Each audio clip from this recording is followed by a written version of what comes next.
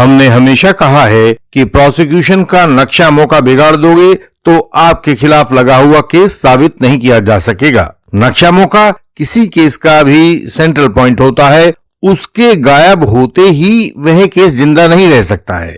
यही बात इस बार सुप्रीम कोर्ट ने स्पष्ट किया है। मर्डर के एक आरोपी को ट्रायल कोर्ट ने बरी कर दिया, दूसरे को सजा की, लेकिन वह दूसरा भी सुप्रीम कोर्ट में जाकर इसी नक्शा मौका बिगड़ने के आधार पर खुद को वहां से बरी करवा पाया। दोनों को लाभ यह था कि इनके वकील साहब ने ट्रायल कोर्ट के दौरान क्रॉस एग्जामिनेशन में नक्शा मौका को बिगाड़ दिया था। PW1 राधेलाल ने कानपुर उत्तर प्रदेश के भोगिनीपुर पुलिस स्टेशन में रपट लिखवाई थी कि 19/8/1982 की मध्य रात्रि में वह और उसका भाई देशराज घर के प्रवेश द्वार के सामने खुले में बैठे हुए थे। उनकी माता दुल्ली बगल में खाट पर बैठी थी और दूसरी खाट पर पड़ोसी लालाराम व मानसिंह बैठे हुए थे। तभी राम सिंह व लालाराम आए। यहाँ दो लालाराम हैं, एक पीड़ित है, दूसरा आरोपी है। हमलावर लालाराम ने ललकारा कि इनको मार दो और राम सिंह ने गोली चला दी, जो राधेलाल को तो नहीं लगी लेकिन उसकी माता दुल्ली की बाईं छाती में लगी और वह वहीं पर खत्म हो गई। दोनों हमलावर उत्तर दिशा की ओर भाग गए।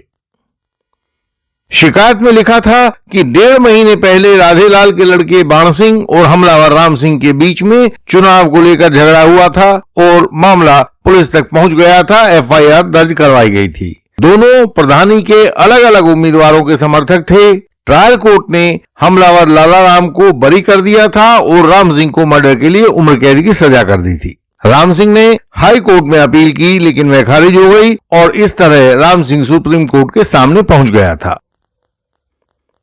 कोर्ट में राधेलाल का क्रॉस हुआ था तो उसने बताया था कि आंगन से उत्तर में 3-4 कदम पर ईंटों का एक चट्टा लगा हुआ था जिस पर दुल्ली बैठी हुई थी, जो उनकी माता थी। राम सिंह ने गोली चलाई तो वह खाट के नीचे घुस गया। उसने नहीं देखा कि देशराज व मानसिंह झुके थे या नहीं झुके थे। उसने यह भी बताया इस अपने क्रॉस एग्जामिनेशन में कि माता दुल्ली उसके साथ नहीं बल्कि देशराज के साथ रहती थी, जो दूसरे घर में रहता है। घटना वाले दिन दुल्ली ने कुछ भी खाया पिया नहीं था और वे लोग बात कर रहे थे और उनकी माता दुल्ली चुपचाप पास में खाट पर बैठी हुई थी। क्रॉस के दौरान ही राधेलाल ने आगे बताया था कि वह और देशराज दोनों भाई जमीन पर बैठे हुए थे। जब गोली चली तो वह नीचे झुक गया, हालांकि वह खाट के नीचे नहीं घुसा था। गोली लगने के बाद मां दुल्ली खाट पर गिर गई थी और मर गई थी। जब वकील साहब ने पूछा कि तुम्हारे कपड़ों पर खून नहीं लगा तो वह बोला कि मां के मरने पर वह खूब रोया था पर मरी हुई माता की गोली भरकर नहीं रोया था। आप यहां देख रहे होंगे कि एक चतुर वकील साहब ने झूठे गवाहों का पेट फोड़कर सब सच बाहर निकाल दिया था। आज के केस का नाम है Ram Singh versus state of UP. Criminal appeal number 206/2024 थी, जिसे जस्टिस अभय S. ओका और जस्टिस उज्जवल भोयान की बेंच ने 21 फरवरी 2024 को पास किया था। आप जब हमारे मेंबर बनकर अपने केस के PDF कागजात हमको भेजेंगे तो हमारे एडवोकेट्स की टीम उन कागजात को पढ़कर आपके केस की एक रिपोर्ट तैयार करेगी, जिसमें आपके केस की वर्तमान स्थिति और संभावित भविष्य बताया जाएगा। क्वेश्चन और डिस्चार्ज पर बताया जाएगा और मेंबर्स को यह मुफ्त बताया जाएगा। आपको ध्यान यह रखना है कि पूरे केस के कागजात साफ साफ और पढ़ने योग्य हो। चादर बिछाकर मोबाइल से PDF बनाने पर उनको पढ़ना कठिन होता है। जितना पढ़ने में आसानी होगी रिपोर्ट उतनी ही अच्छी बन पाएगी, क्योंकि पूरा ध्यान कानून पर रहेगा। बस ध्यान रहे कि कागजात पूरे भेजें और साफ व पठनीय भेजें। PW2 मानसिंह ने बताया कि दुल्ली खाट पर बैठी थी। पहले PW1 राधेलाल हो चुका है और अब दूसरा गवाह था PW2 मानसिंह। उसने बताया कि दुल्ली खाट पर बैठी थी और राधेलाल तथा देशराज जमीन पर बैठे थे, लेकिन चतुर सुजान वकील साहब के सवालों ने इस गवाह को भी उधेड़ दिया। क्रॉस में मानसिंह ने बताया कि आरोपी लालाराम द्वारा राम सिंह को ललकारने पर भी वह गवाह जिस खाट पर बैठा था, यानी कि मानसिंह जिस खाट पर बैठा था उससे उठा भी नहीं था। और मानसिंह ने आगे बताया कि गोली चलने के बाद भी उसने यह देखना मुनासिब नहीं समझा कि दुल्ली मरी है या बच गई है। आपको याद है ना कि मानसिंह और लालाराम जो थे वहीं बैठे हुए थे, तो जो तीसरा गवाह लालाराम था, इसने कोर्ट को बताया कि हालांकि उसने राम सिंह को आते हुए देख लिया था, लेकिन उसके हाथ में बंदूक होने को देख नहीं पाया था। उसने बताया कि गांव में प्रधानी को लेकर पॉलिटिक्स चलती रहती है और उसने यह सजेशन भी मना कर दिया कि राम सिंह के हाथ में एक देसी कट्टा था, और सजेशन भी मना कर दिया कि ऐसी कोई घटना हुई ही नहीं थी। यानी कि उसने दोनों बातें कही, घटना तो हुई थी लेकिन उसमें राम सिंह के हाथ में कट्टा उसने नहीं देखा था। पीएम रिपोर्ट बनाने वाले डॉक्टर ने बताया कि बायां फेफड़ा और हृदय यानी कि हार्ट दोनों कटफट गए थे, दोनों लंग्स में खून भर गया था और मृत्यु का कारण था shock and haemorrhage because of these injuries. उसने एक बड़ी महत्वपूर्ण बात देखी थी डॉक्टर ने कि मृतका के पेट में आधा पचा हुआ दाल और चावल मिला था। आपको याद है ना कि PW1 राधेलाल ने बताया था कि मरने वाली दुल्ली ने उस दिन कुछ नहीं खाया पिया था, तो वकील साहब ने क्रॉस द्वारा दिखाया कि यदि कुछ खाया नहीं था तो फिर यह अधपचा दाल चावल कहां से आया।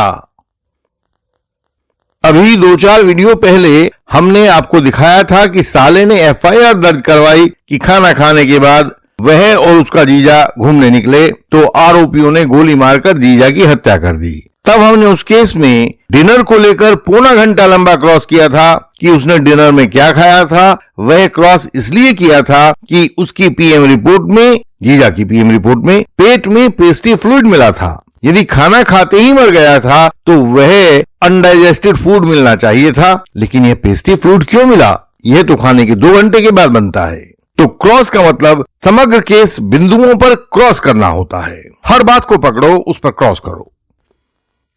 और यहां इस केस में भी इस केस को कब्र में गाड़ने के लिए वकील साहब ने वही सवाल पूछा जो हम अपने गवाहों से फर्स्ट प्रायोरिटी पर पूछते हैं। यह बात तो सही है ना कि पूरी इन्वेस्टिगेशन के दौरान पुलिस आईओ ने आपसे किसी भी ऐसे जब्ती पत्रक पर या सीजर मीमो पर साइन नहीं करवाए जिसके तहत राम सिंह के द्वारा इस्तेमाल शुदा देसी कट्टा बरामद किया गया हो। हमारे 75% केसेस में आपने देखा होगा कि हम यही सवाल पूछते हैं और गवाह सारी आए माए भूलकर छिपने की जगह ढूंढने लगता है। वकील साहब ने यह भी सजेशन दिया कि मेरा कहना है कि ऐसा कोई देसी कट्टा था ही नहीं जिसके द्वारा आरोपी ने दुल्ली को गोली मारी थी, इसीलिए पुलिस आईओ उस देसी कट्टे को बरामद नहीं कर पाया। फिर दूसरा सजेशन दिया गया, मेरा कहना है कि आरोपी राम सिंह के पास कोई कट्टा था ही नहीं, इसीलिए दुल्ली की मौत आरोपी राम सिंह के कट्टे से हुई ही नहीं है। और वकील साहब ने आरोपी के हाथ में देसी कट्टे के होने की बात ही झुठला दी और इस तरह पूरे प्रोसिक्यूशन केस को खराब कर दिया था। तो आप चाहें तो ट्रायल कोर्ट में खड़े होकर बहस कर सकते हैं या सुप्रीम कोर्ट में कर रहे हो तो मूलभूत नियम वही रहते हैं, लेकिन एक बात पक्की है कि सुप्रीम कोर्ट में भी आप तभी कुछ कर पाओगे जब आपके केस में ट्रायल कोर्ट में सही और सटीक क्रॉस एग्जामिनेशन हो चुका होगा। यदि ट्रायल कोर्ट का क्रॉस बिगड़ गया तो फिर उस जगह मुश्किल ही रहने वाली है। सारे केस को सुनने के बाद सुप्रीम कोर्ट ने इस केस में भी राम सिंह को अंततोगत्वा बरी कर दिया। उन्होंने कहा कि ट्रायल कोर्ट का यह निर्णय गलत है कि राम सिंह को सजा दी जाए। यदि लालाराम को उन्होंने बरी कर दिया है तो वही कसौटी राम सिंह पर भी लगनी चाहिए और उन्होंने पैरिटी के आधार पर राम सिंह को बरी कर दिया। दूसरी बात यह भी थी कि ना तो वहां पर नक्शा मौका प्रूव हो रहा था, ना ही वहां पर वेपन ऑफ ऑफेंस यानी कि देसी कट्टा मिल रहा था। तो इन दोनों परिस्थितियों को भी ध्यान में रखते हुए सुप्रीम कोर्ट ने राम सिंह को बरी कर दिया। हम अपने सब मेंबर्स को उनके केसेज में सही क्रॉस एग्जामिनेशन कैसे बनाएं, कोर्ट्स में आर्ग्यूमेंट्स कैसे पेश करें और कोर्ट्स में आने वाली दूसरी मुश्किलों तथा साथ में वकालत की समस्याओं वगैरह के बारे में सही राह दिखाते हैं। व्यूअर्स हमें व्हाट्सएप मैसेज भेजकर हमारे मेंबर बन सकते हैं। व्हाट्सएप मैसेज मिलने पर उनको आगे की राह बता दी जाती है।